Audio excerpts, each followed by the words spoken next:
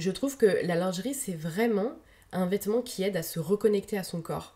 Bonjour à tous, on se retrouve pour un nouvel épisode. J'espère que vous passez un merveilleux dimanche et merci de passer ce petit instant avec moi. Aujourd'hui, nous allons parler d'un sujet un peu différent de d'habitude parce que j'ai envie de changer. Vous allez voir, le thème est comment la mode et la lingerie peuvent-elles contribuer à l'amélioration de la confiance en soi? Vaste sujet. Dans cet épisode, j'ai surtout envie de vous raconter une histoire que je vous raconterai à toute fin et qui m'a beaucoup inspirée. Vous le verrez pourquoi elle a son importance. Et j'aimerais que ce soit une sorte de discussion entre vous et moi. Vous me répondez un peu aussi dans le chat, vous me dites ce que vous, en commentaire, vous ressentez, si jamais ça vous arrive et si vous avez des éléments à ajouter.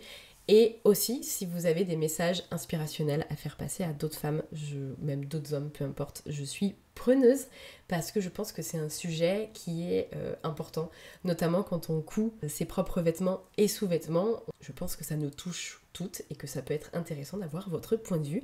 Je vous souhaite un excellent épisode de podcast et on se retrouve juste après le jingle. Je m'appelle Geekette et vous écoutez Les Vulnérables Dessous, un podcast où je vous emmène dans les coulisses de la création de lingerie en vous partageant mes doutes, mes échecs, mais aussi mes victoires. Un espace dans lequel la vulnérabilité se fait audace et les faiblesses deviennent force. Aujourd'hui, je vais vous faire un épisode qui est un peu différent d'habitude parce que j'ai pas envie forcément de parler de mon entreprise, des coulisses, etc.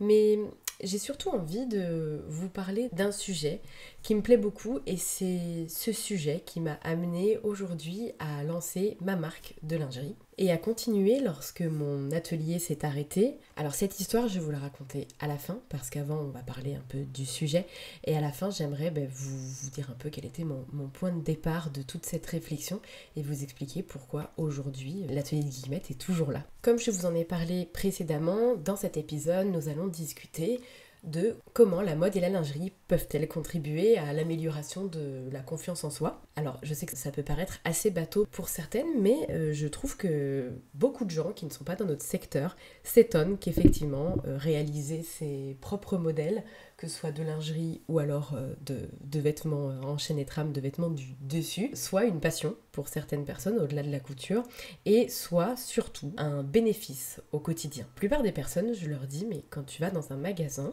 et que tu choisis des vêtements, est-ce que tu choisis des vêtements au hasard ou est-ce que tu choisis des vêtements avec un certain critère, par exemple de confort, un critère d'esthétique, un critère de couleur, un critère de taille ou autre, je ne sais pas quoi d'autre, mais je leur pose cette question et c'est vrai que la plupart ont toujours une réponse à cette question puisque quand on achète un vêtement, on y va dans un but précis et même si on n'avait pas pour objectif d'acheter ce vêtement, on sait qu'en l'essayant, il va nous aller ou qu'il va remplir un but qu'on a fixé à cet habit. Ainsi, on se rend bien compte, nous avons une véritable importance de se sentir bien dans nos vêtements et c'est tout à fait normal, je pense même que c'est primordial lorsqu'on peut se permettre de le faire, que ce soit au travail ou en dehors du travail. Pour ma part, j'ai toujours été très très intéressée par la mode, j'ai toujours eu envie de m'habiller d'une certaine manière, j'ai toujours aimé ces femmes parisiennes qui s'habillent de manière assez pointue ou les personnes qui ont des styles très affirmés.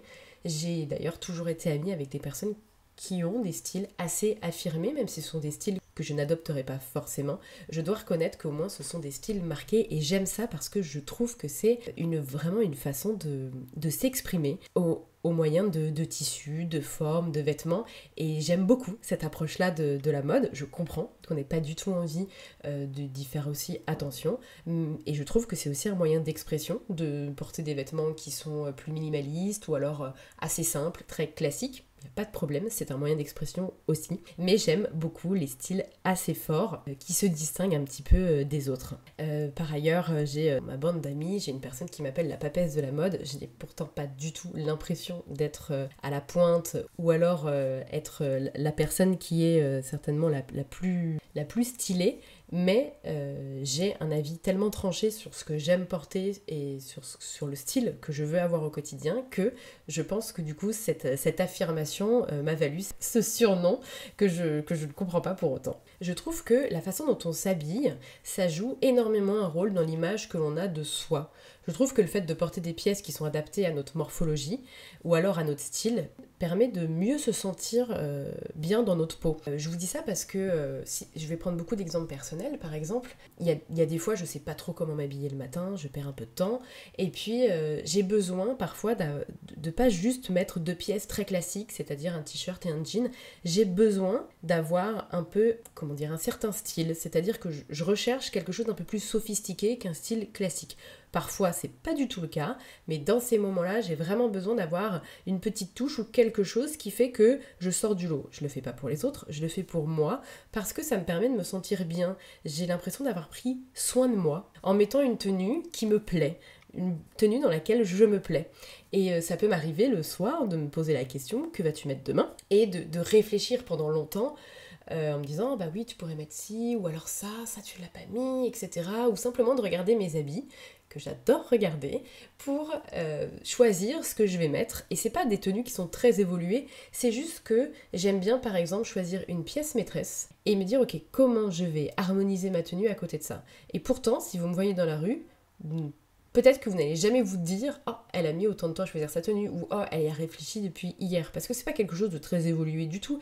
C'est juste que c'est un processus, c'est un moment où vraiment je prends soin de moi. Alors, bien entendu, c'est là où je trouve qu'il est important de savoir un peu les coupes qui sont adaptées à notre morphologie. On a tous des corps qui sont différents. Et parfois, je me rends compte dans mon entourage qu'il y a beaucoup de femmes, que je vais prendre en exemple, cela dit des hommes aussi, qui ne savent pas du tout adapter leurs vêtements à leur morphologie, qui portent des vêtements qu'elles aiment, mais pas forcément qui leur vont, et qu'une fois qu'on en discute, ou que je fais du shopping avec elles, etc., ou alors qu'on fait de la couture ensemble, elles se rendent compte qu'effectivement, il y a des pièces qui leur vont mieux que d'autres.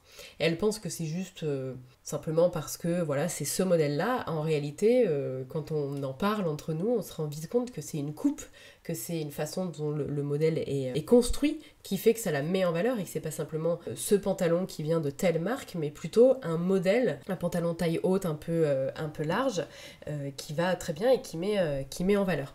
Parfois, j'ai même rencontré des personnes qui étaient complètement réfractaires à porter un type, par exemple, de pantalon. Je prends l'exemple de ma sœur. Je lui avais conseillé plusieurs fois de porter des pantalons à taille haute parce qu'elle a la taille très fine, qu'elle a les hanches qui sont un peu développées, et par contre elle a des jambes immenses, et je lui ai dit tu devrais vraiment porter des pantalons taille haute un peu larges, ce serait magnifique sur toi avec un petit t-shirt, c'est pas grand chose. Elle me disait oh j'aime pas trop, mais peut-être qu'elle avait vu ça sur d'autres personnes et que ça lui avait pas plu. Finalement elle a adopté ce look là parce qu'une fois je crois qu'elle a essayé un pantalon qui lui allait très bien, et elle s'est rendue compte que ça lui allait bien. Maintenant elle en porte de plus en plus, et je suis très contente parce que ça flatte énormément sa silhouette et ça met beaucoup de ses formes en valeur. Elle qui auparavant détestait ses hanches, aujourd'hui les met en valeur, et elle a un côté très glamour, très joli visuellement, c'est vraiment très beau. De plus, elle se sent très à l'aise avec ce type de pantalon, et effectivement elle se trouve très belle, donc je trouve que c'est le jackpot. Et c'est pourquoi aussi je trouve qu'il y a un impact psychologique lorsqu'on choisit ses vêtements ou même sa lingerie, au-delà de se sentir confortable ou d'atteindre l'objectif qu'on a fixé à un vêtement, qui peut être comme on l'a évoqué juste avant, de simplement un point de vue esthétique. Des fois c'est pas confortable, mais par contre c'est esthétique, ou ça répond aux critères que l'on veut avoir en termes de style. Je trouve que du coup ça booste énormément notre confiance en nous, et c'est primordial d'avoir des pièces qui sont importantes dans notre garde-robe, qui peuvent nous donner un impact positif lors de notre journée, et de pouvoir se dire voilà, quand je mets cette veste je me sens bien. C'est un pouvoir qui est dingue, donner un objet tout de même, parce qu'on a peu d'objets au quotidien qui peuvent nous donner ce pouvoir. Les vêtements le peuvent, en nous permettant de se sentir vraiment bien, de se sentir à l'aise, de se sentir jolie, de se sentir flatté, de nous donner un pouvoir où on se sent invincible pour la journée. Je trouve ça formidable, et en plus, l'énergie que va nous dégager le vêtement parce qu'on se sent bien dans nos baskets, eh bien, ça permet de le renvoyer aux autres qui eux-mêmes vont ressentir cette énergie en nous. Et donc, un simple vêtement peut créer en nous une énergie nouvelle qu'on n'avait pas forcément lorsqu'on était en pyjama le matin. Et je trouve ça fabuleux. C'est pourquoi je trouve que le style, le vêtement, la façon dont on se sent dans ses vêtements et le fait de créer ses propres vêtements ou sa propre lingerie est primordial pour se sentir bien, pour développer des sentiments très positifs à son égard et aussi vis-à-vis des autres parce qu'on est toujours un peu plus lumineux, surtout quand c'est des vêtements qu'on vient de faire, c'est encore plus gratifiant. Ensuite, je vais parler un petit peu plus de lingerie parce que c'est mon domaine. Je trouve que la lingerie, c'est un peu particulier parce que c'est quelque chose qu'on se réserve à soi, qu'on réserve pour les moments qui sont beaucoup plus intimes. Ma vision de la lingerie qui part de mon éducation dans les différentes maisons de lingerie, puisque je vous le rappelle, j'ai commencé à travailler à l'âge de 21 ans pour des maisons de lingerie. Donc j'ai découvert très jeune de la lingerie très sophistiquée. Hein. Je suis partie à l'âge de quasiment 25 ans et j'ai terminé avec Obad. Donc autant vous dire que voilà, on est sur une lingerie qui est assez sulfureuse, qui est sophistiquée, qui est de bonne qualité, qui a une image de marque très forte aussi dans l'esprit des gens. Donc on le ressent aussi un peu quand on travaille chez eux et qu'on porte ses sous-vêtements. C'est bête, mais on se met un peu dans la peau de cette femme qu'ils essayent d'inspirer au quotidien au travers de leur publicité, qu'on connaît très bien, qui était aux arrêts de bus. Et je trouve que la lingerie, c'est pas nécessairement une séduction pour les autres, mais c'est surtout pour se plaire soi-même. Je sais que pour ma part, la lingerie, ça m'a beaucoup réconciliée avec ma petite poitrine.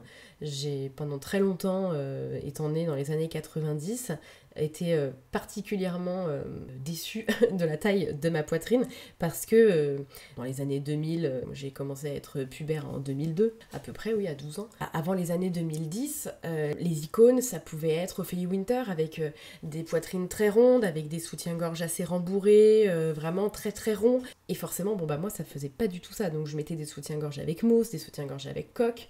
Et finalement, de travailler dans ces maisons de lingerie, j'ai découvert d'une part beaucoup de formes de sous-vêtements. Ensuite, j'ai dû tester des formes de sous-vêtements vers lesquelles je ne serais pas forcément allée au départ, mais que j'ai dû tester dans le cadre de mon travail, et qui ont fait que j'ai adopté aussi ces sous-vêtements-là en les trouvant très beaux, parce que je me sentais déjà un peu plus femme, un peu plus mature, peut-être parce que aussi j'assumais le fait que ma poitrine soit naturelle, soit simple, et qu'il n'y ait pas d'artifice pour une fois sous mon t-shirt. Et puis avec toutes ces dentelles, qui est quand même de belles dentelles, les broderies, le style en lui-même de cette enseigne, je me suis rendu compte que finalement mon corps était pas si mal, et que quand j'enfilais mes sous-vêtements le matin et que je me regardais, je me disais ouais quand même, t'es sexy. Et peu importe dans la journée qui allait voir mes sous-vêtements, l'important c'était que moi je me trouvais sexy quand je mettais mes sous-vêtements au bad. Et c'est là où je me suis rendu compte de l'impact que pouvaient avoir des sous-vêtements sur une journée, un impact qui paraît infime parce qu'on les voit pas. On les met le matin, on les retire le soir.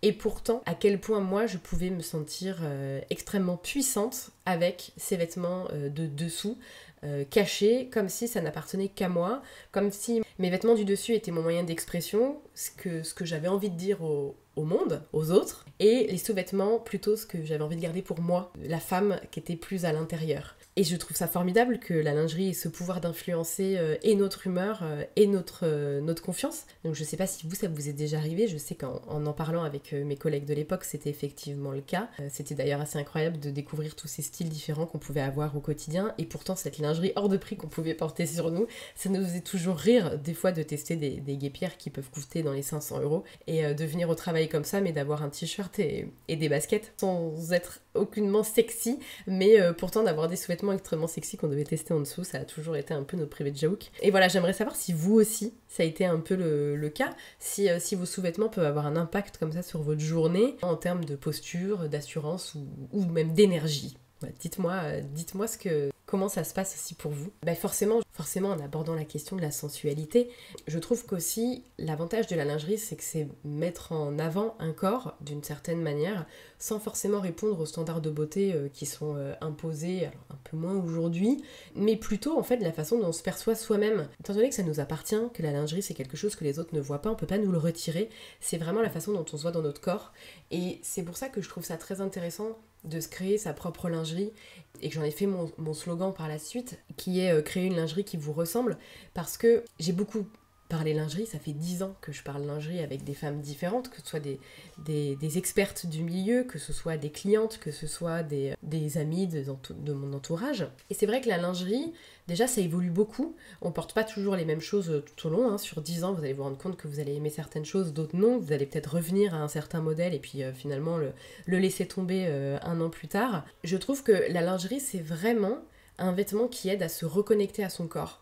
parce que c'est le vêtement qui est le plus proche de notre morphologie et celui qui ne gomme pas notre morphologie en quelque sorte. Parce que si par exemple vous avez des rondeurs au niveau du ventre, vous pouvez toujours mettre peut-être une robe chemise et avec votre poitrine on verra pas les rondeurs de votre ventre parce que ça fera équilibrer et finalement c'est un moyen aussi d'adapter les vêtements à sa morphologie. Mais les sous-vêtements, on peut pas vraiment tricher parce que si on porte des sous-vêtements qui sont beaucoup trop serrés et qu'on n'aime pas ces bourrelets, on va vite s'en rendre compte. Et je trouve que l'avantage de la lingerie, c'est qu'on est là pour flatter ce que l'on aime, pas forcément pour gommer ce que l'on n'aime pas, même si c'est possible, hein, bien entendu, notamment avec les culottes hautes, etc.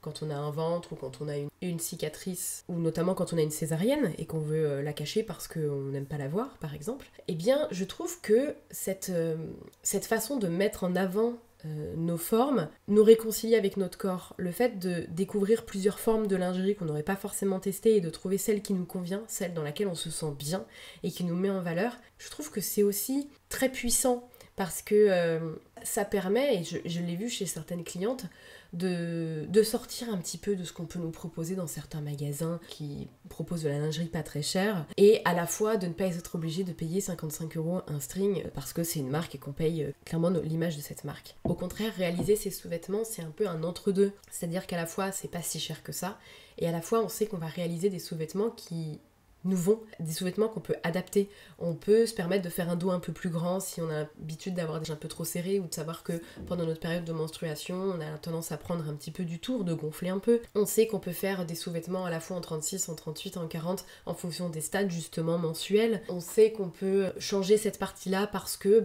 on a conscience que on a peut-être notre entrejambe qui est un peu plus large ou un peu plus étroit et c'est ce qui permet de résoudre à la fois des problèmes de confort pour certaines et à la fois des problèmes esthétiques, des choses qu'on n'aime pas trop et de porter des sous-vêtements dans lesquels on se sent vraiment, vraiment bien et on se sent sexy pour nous. C'est-à-dire que c'est confortable, sexy, c'est ce que l'on aime porter, c'est ce que l'on aimerait trouver dans les magasins. Ça n'a pas de prix de pouvoir réaliser des sous-vêtements et de réaliser des vêtements qu'on pourrait voir dans les magasins.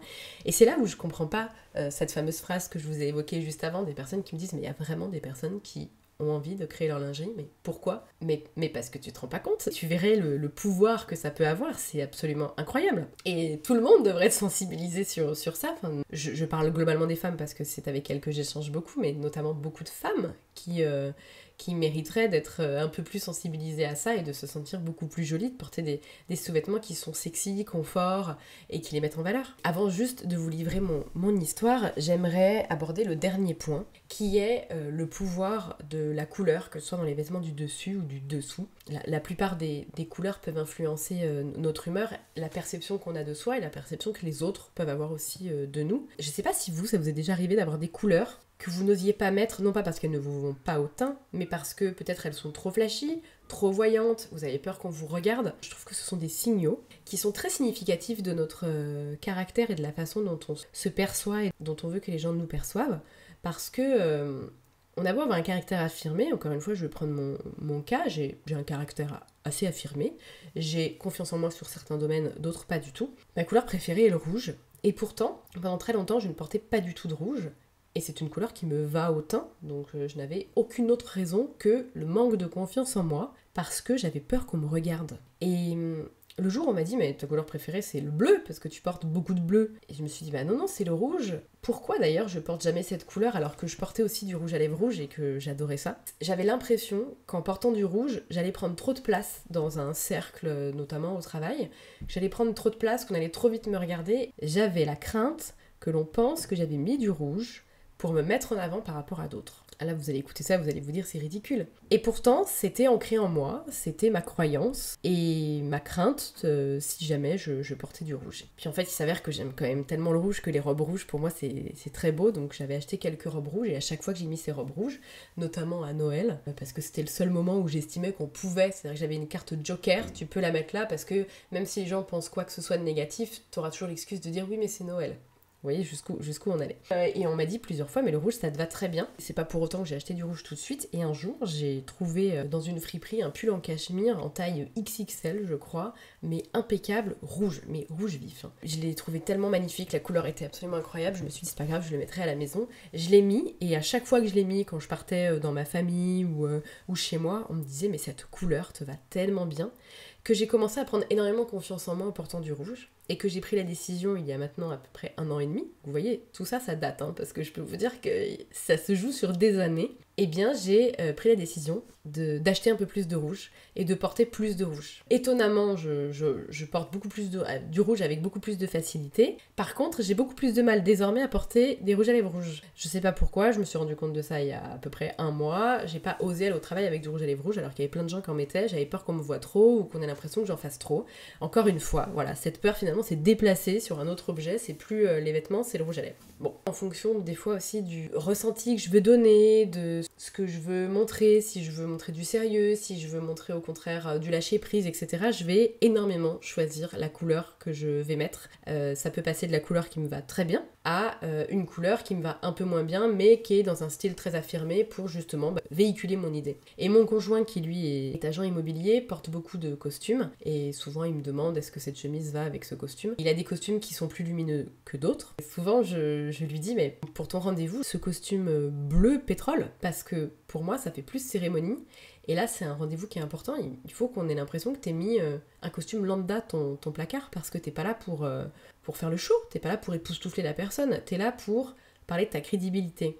Et ta crédibilité, ça va plutôt être un costume bleu sombre. Alors après, chacun peut avoir son point de vue là-dessus. Hein. Je dis pas que c'est la règle ultime, bien sûr, mais je lui explique ma vision, à laquelle il adhère ou il adhère pas, peu importe. Mais j'essaie de lui montrer que, en fonction de la couleur que l'on porte, ça renvoie une image aussi, que les 90 premières secondes sont très importantes. Donc quand on rencontre quelqu'un dans le cadre du travail, et qui va potentiellement devenir un partenaire ou dont on a des enjeux qui sont importants, eh bien, miser aussi sur son style vestimentaire est une carte bonus un peu par rapport à tout l'échange qui va se produire. Je sais pas si vous êtes d'accord ou pas avec ça. Donnez-moi vos avis, si ça vous est déjà arrivé, si vous avez des histoires qui sont un peu similaires. Mais en tout cas, je vous encourage à jouer avec les couleurs, que ce soit pour vous avec votre lingerie, ou que ce soit en vêtements du dessus pour vous prendre une sorte de boost de confiance, et puis aussi pour véhiculer cette énergie-là. Vous savez, ça peut aussi être de l'audace. Il y a des fois, je sais que j'ai envie de marquer l'esprit de la personne que je vais rencontrer, je peux me permettre, et je vais mettre des pièces qui sont un peu plus audacieuses pour qu'on se souvienne de moi, ou alors qu'elle se dise « Ah oui, ok, elle a osé ce chemisier, et en fait ça va ». Après, c'est rarement des nouvelles pièces, hein, c'est des pièces que je vais avoir testées, que je vais avoir mises, et donc je sais leur valeur, mais je trouve ça intéressant de jouer aussi sur ça, parce que comme je vous le dis, pour moi c'est vraiment une carte bonus. Petit tour de ce sujet, et maintenant j'aimerais vous raconter une histoire. L'histoire qui a fait que j'ai continué l'atelier de Guillemette sous format patron PDF et patron papier et puis mercerie, à la suite de la liquidation judiciaire de ma société. D'ailleurs, si vous voulez que je vous raconte l'histoire de ma liquidation judiciaire, je pense que ce sera le prochain épisode, mais si ce n'est pas le cas, n'hésitez pas à me laisser un message. Alors, lorsque je donnais des cours de couture dans ce fameux atelier, il y avait une cliente qui est devenue par la suite une amie, qui venait pour coudre entre midi et 2 sur son temps de pause du travail, dans l'atelier. Donc je lui donnais pas de cours, elle avait un niveau suffisant. C'était une femme, moi, qui m'impressionnait beaucoup parce qu'elle jonglait entre une vie de famille quand même bien remplie, un travail très prenant avec de grandes responsabilités, qu'elle avait énormément de charisme et pour autant qui n'avait pas confiance en elle au point de ne porter que du noir, du bleu marine ou du gris. Et cette femme était très drôle, très cultivée, j'aimais beaucoup parler avec elle, je pense que si aujourd'hui on avait toujours l'atelier, ce serait une de mes ambassadrices, et ça, c'était d'ailleurs une de mes ambassadrices à l'époque qui m'a quand même beaucoup conseillé et qui a réalisé dans les premières années donc, de mes patrons, quasiment tous les modèles de ma gamme, qui m'a aidé à les monter aussi plein de fois, à valider les tailles, etc. Et donc cette femme, nous étions très proches, hein, on se voyait au moins 1 à 2 fois par semaine. Quand elle se cousait des vêtements, elle ne prenait que du gris chiné, du gris anthracite, de temps en temps du bleu marine, etc. Par contre, ce qui était assez incroyable, c'est qu'en lingerie, elle adore le bleu turquoise. Et en lingerie, il s'avère que j'avais une dentelle bleu turquoise, qu'elle se cousait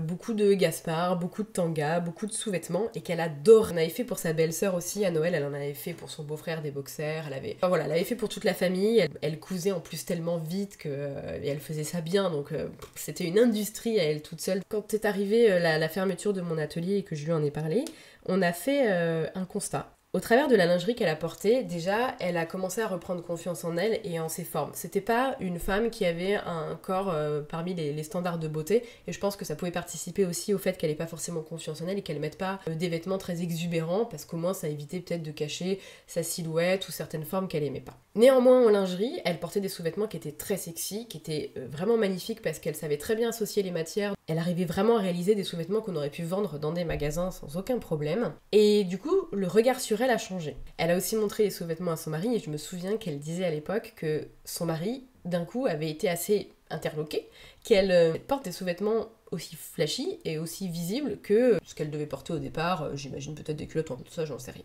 Et que son mari la félicitait pour ce qu'elle cousait et puis pour le fait que ça lui allait très bien et qu'il trouvait que ça la mettait en valeur. Donc vous imaginez le point bonus en termes de confiance en soi quand on estime qu'on n'a pas un physique de sirène. Vous imaginez la joie que ça peut être, je trouvais ça formidable. À l'issue de ces 4 années, on s'est rendu compte que cette confiance qu'elle avait acquise avec les sous-vêtements avait commencé à prendre le pas sur la confiance des vêtements du dessus. C'est-à-dire qu'elle commençait à acheter du tissu beaucoup plus coloré que ce qu'elle aurait acheté en 4 ans. Et c'est là qu'on s'est rendu compte que les 4 années où elle a cousu ses sous-vêtements, elle a pris confiance en elle, elle s'est tellement sentie valorisée, elle s'est tellement sentie elle-même, elle avait une perception d'elle-même qui avait évolué. Et on est sur une femme qui a une 40aine d'années, hein, donc on pourrait dire des fois, il n'y a rien qui change, pas du tout. En fait, elle s'était laissée influencer par le sentiment qu'elle avait et ce qu'elle voyait d'elle quand elle était en sous-vêtements devant son miroir et les compliments que son mari avait pu lui faire,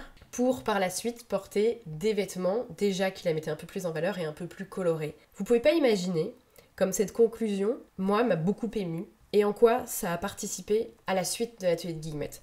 Parce que pendant ces 2 mois, où je me suis vidé la tête entre mes 2 sociétés, pendant ce laps de temps, je me suis dit mais tu peux pas arrêter. Tu peux pas arrêter les patrons parce qu'en fait t'as un impact. Un impact que je voyais pas au départ. Je voyais l'impact de donner des cours de couture, j'ai réussi, j'ai pris des gens à une étape, je les ai amenés 4 séances plus loin, ils savent coudre un zip, ils savent faire une trousse, etc. Bon, c'est très bien, ça me plaisait plus trop par ailleurs, mais très bien. Mais là j'avais un impact qui était psychologique. J'avais réceptionner des femmes dans mon atelier, je leur avais donné les clés pour qu'ensuite elles puissent avoir confiance en elles. Vous pouvez même pas imaginer à quel point j'étais contente de ça. Et plus j'en ai parlé, plus j'ai échangé avec des gens autour de moi de ce que je faisais avant et puis de mon métier, plus je me suis rendu compte qu'en fait c'était ça que je voulais faire vivre, c'était donner confiance en des femmes, pas pour le monde, pas pour les autres, mais pour elles-mêmes, pour que quand elles sont devant leur miroir, elles se trouvent belles. Peu importe leur taille, peu importe comment elles sont, ce que je veux, c'est ce moment où elles se disent « Waouh, attends, mais je pensais pas, attends, mais je suis canon !» Et vous savez, en séjour couture, c'est quelque chose qui me fait vibrer. C'est des fois, il y a des personnes, elles auraient jamais pensé faire un modèle parce qu'en fait, elles pensent que ça leur va pas. Et puis finalement, elles sont tentées parce qu'elles voient tout le monde en train de le faire, elles se disent « Oh, finalement, c'est très joli, effectivement, ça te va bien, je vais le faire. » Et au moment où elles le mettent, elles se disent « Attends, mais c'est canon, mais je suis canon !» Et ouais, vous êtes canon. Et pourtant, ces personnes-là, elles sont arrivées en disant « Ouais, moi je fais un 42, moi j'ai ci qui va pas, moi j'aimerais cacher là parce que j'ai ça qui va pas, là c'est ci. » Et à chaque fois, ça me fait beaucoup sourire parce que je me dis « On verra à la fin du week-end si tu seras toujours en train de me dire la même chose. » À la fin du week-end, tu seras trop contente parce que tu vas repartir avec des vêtements que tu as fait toi-même. Et en plus, qui te rendent canon. Donc quand tu vas rentrer, tu vas avoir envie de le montrer à ta femme ou à ton conjoint, ton mari, peu importe. Et juste, tu te sens bien. Et juste, chaque jour où tu vas mettre ce sous-vêtement, tu vas te sentir trop bien et prête à affronter la vie juste parce que celui-ci reflète exactement la personne que tu es. Et ça, c'est aujourd'hui ce qui me fait vibrer et c'est ce que j'essaye de me rappeler les jours où j'ai des coups de mou, justement. Parce que c'est plus fort que tout, c'est un impact qui est beaucoup plus puissant que les réseaux sociaux, beaucoup plus puissant que plein de choses. Ça touche à l'intérieur de l'humain, ça touche à ce qui est le plus dur, la confiance en soi. Et la confiance en soi, ça s'acquiert pas facilement. Vous avez vu, hein, cette jeune femme, elle a mis 4 ans pour oser s'affirmer. Et pourtant, elle avait un caractère d'acier. Et finalement, qu'elle n'avait pas confiance en elle et qu'elle n'osait pas porter de la couleur. ça me détruisait, mais aujourd'hui, je trouve que le résultat est tellement bluffant que ça en valait la chandelle et qu'elle a bien fait de croiser ma route. Si j'ai une chose que je voudrais vous partager, là, aujourd'hui, c'est réfléchissez à un sous-vêtement ou des vêtements, ou votre tenue phare, celle qui vous plaît le plus. Et puis, réservez-la pour les jours où vous avez un coup de mou. Et pour vos sous-vêtements, essayez de trouver un modèle qui vous convient en fonction de vos critères et essayez de l'améliorer, de l'affiner. Si jamais il y a quoi que ce soit, vous pouvez me demander aussi, hein, ça arrive souvent. Et puis réalisez-le 100 fois s'il le faut, mais que vous vous sentiez bien dans votre peau au moment où vous le mettez. Avant de mettre votre pantalon, avant d'enfiler votre robe, regardez-vous dans le miroir et dites-vous « Ouais, je suis canon avec ce modèle. Je suis canon, tout court. Parce que je l'ai fait moi-même et en plus, il me va parfaitement. Et il me met en valeur et il me rend comme je suis. Super belle. » Donc ça, c'est votre exercice si jamais c'est un frein pour vous ou si jamais c'est quelque chose que vous n'avez jamais ressenti. C'est un exercice que je vous donne jusqu'au prochain podcast. On va s'arrêter là pour la discussion d'aujourd'hui. Je vous souhaite un excellent dimanche et on se retrouve dimanche prochain pour un nouveau podcast. Je vous souhaite un très bon dimanche.